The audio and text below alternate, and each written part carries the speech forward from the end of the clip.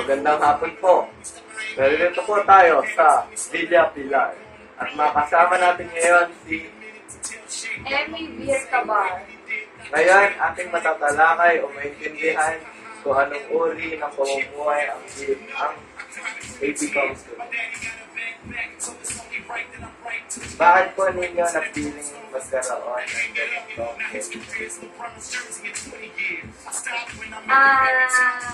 Sa totoo lang, hindi yan talaga yung gusto ko po. So, oo.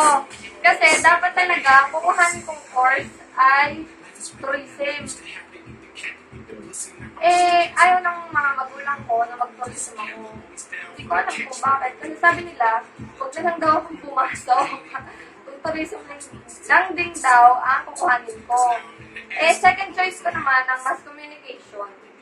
Kaya, yun ang pinili ko para makapasok ako.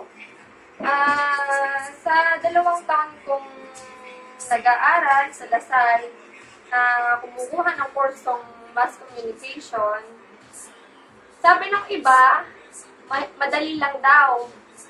Pero sana naranasan nila yung mga pinagdaanan namin para masabi nila mas mahirap yung course namin. Doon pa lang sa pagod, pagka halimbawa magagawa ka ng short film, pagod ka, minsan, bubuyat ka ng, halimbawa, Friday night, hanggang Saturday in the morning, wala yung tulugan, para lang matapos yung film mo. Tapos, pagka yung may mga project, katulad ng mga video, na music video, ganon. Tsaka lalo na sa editing, napakahirap. Lalo na pagka hindi ka marunong. Hirap pag-edit, lalo na pag yung film na inaayos mo ay hindi, pag yung film na ina-edit mo ay hindi ayos yung pagkakagawa. Tsaka masaya maging ibig-com. Parang go with the flow lang, pero nahihirapan din. Ano ba ang pangarap ninyo maging kung hindi ito orientalism? Ano ba? Pangarap ko? Gusto kasi ng lahat ng tita ko at ng magulang ko na mag-artista daw ako. Mag-artista daw ako kasi sabi nila, hindi naman sa pagmamayabang. Sinasayang ko daw yung itsura ko at ibinabalandra ko lang daw sa mga hindi naman daw kaya-ayang mga tao, sabi. Pero sa akin, ayokong mag-artista. Model, oo, model. Tama na yung model nila.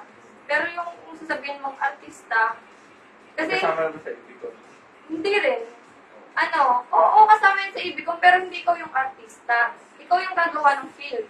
Ikaw yung gagawa ng tawag dito, ikaw yung parang nasa back of all the film na ginagawa nyo, gano'n. Masaya po ba kayo? Masaya? Oo, lalo na pagka nagagawa ng mga project. Kasi, banding na din sa mga friends, sa kaklase. Lalong nagkakakilalan pagka gumagawa ng project. Gano'n. At saka, naging hilig na din. Naging passion na din yung paggawa ng film. Tapos, pag-i-edit ng kung ano-ano. Yun. Mensahe para sa kabataan.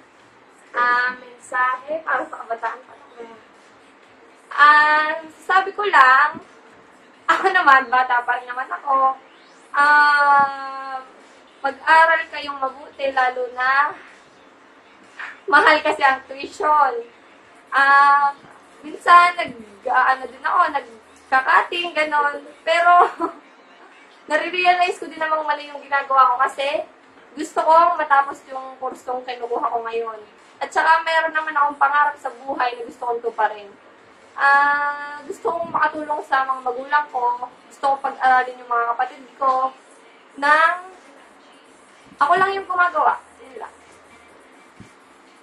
Maraming salamat po sa inyo pakikibahagi sa amin. Mabuhay po kayo.